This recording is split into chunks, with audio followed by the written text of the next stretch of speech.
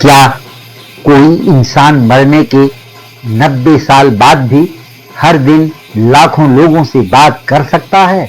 हाँ, अगर उसका नाम मुंशी प्रेमचंद हो। अजीब विडंबना देखिए, जिस लेखक के शब्द आज करोड़ों दिलों में जिंदा हैं, उसकी अंतिम यात्रा में गिने चुने लोग ही साथ चल सके।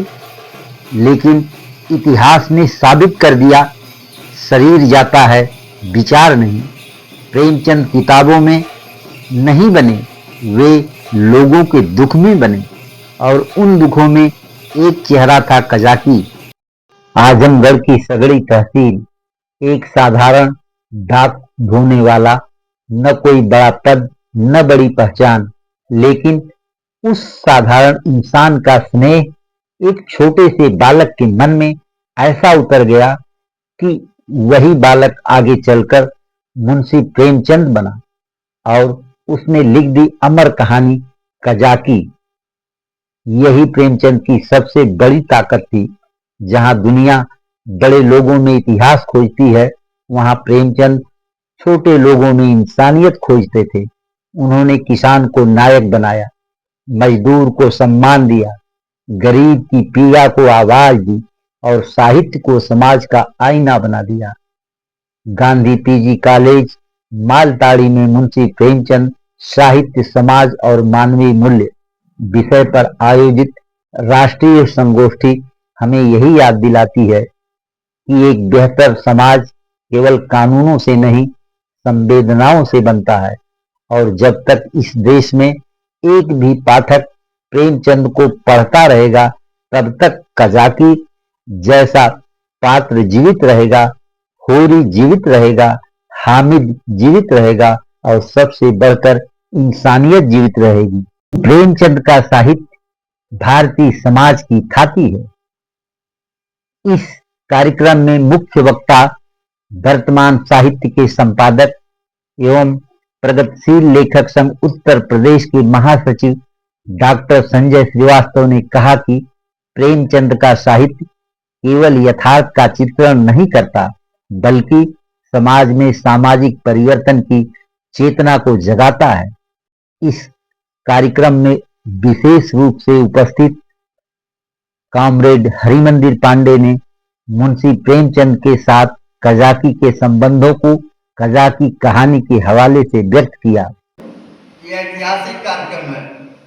उत्तर प्रदेश आजमगढ़ में कजाकी और प्रेमचंद की चर्चा और इसलिए ऐतिहासिक है कि जिन्हें करना चाहिए नहीं कर रहे हैं। आज के इस कार्यक्रम में स्वयं प्रबंधक बाबू दिनेश राय उपस्थित हैं। कौन ऐसा कॉलेज है जहाँ के प्रबंधक, प्रधानाचार्य, हिंदी के हेड सब मिल करके बैठे हों? वह आजमगढ़ का मालकारी डिग्री कॉलेज है। मैं जानता हूँ कि कार्यक्रम में डीएवी में हो रहा होगा, शिवली में, इसलिए कि कोई अगुआ नहीं उनके पास। मित्रों, कजाकी कहानी हो चुकी है। इसका संपादन किया विकास नारायण राय ने, विभूति नारायण राय के भाई ने।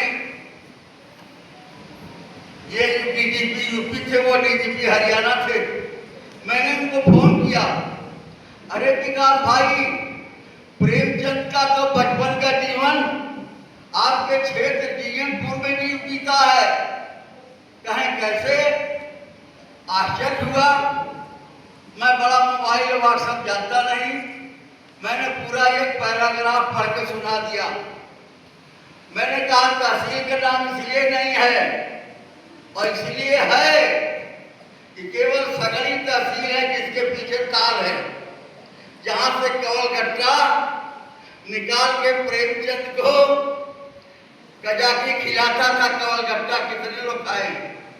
मैंने बचपन में केवल गट्टा खाया है। मित्रों, प्रेमचंद को केवल गट्टा कजाकी ने खिलाया है, और प्रेमचंद को जब 25-30 बरस तक ये कहानी याद रही, तो विभिन्न घटनाक्रमों पर प्रेमचंद ने कहा, पास सोना होता तो मैं कजाकी को सोना लुटा देता। फिर दोबारा घटनाक्रम होता है, कहते हैं कि मेरे पास स्वर्ग होता तो मैं स्वर्ग उतार करके कजाकी को दे देता।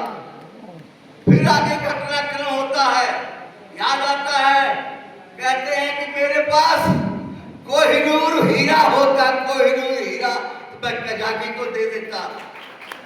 अफसोस देश के हिंदी के विद्वानों से, जिस कजाकी कहानी से, जिस कजाकी ने प्रेमचंद को बचपन में रात को सोते समय जो कहानी सुनाता था, तमाम कहानी सुनाता था, उन कहानियों में चोर और डाकू की कहानी सुन, यही मुख्य बात करके खत्म कर रहा हूं।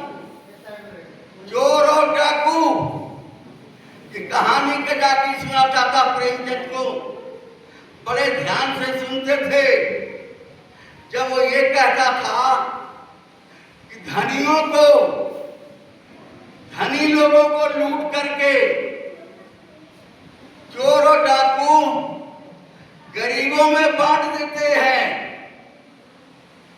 ईर्ष्या या क्रोध प्रेमचंद को इस सब पर नहीं होता था, बल्कि इसको श्रद्धा से सुनते थे, उनको अच्छा लगता था। भारतीय जननाट्य संघ इप्टा आजमगढ़ ने पूर्वांचल का प्रसिद्ध लोक नृत्य जांगिया नृत्य और गीत से इस मौके पर प्रेमचंद को सांस्कृतिक रूप से याद किया। बनारस का धरती लमही गंगा बनारस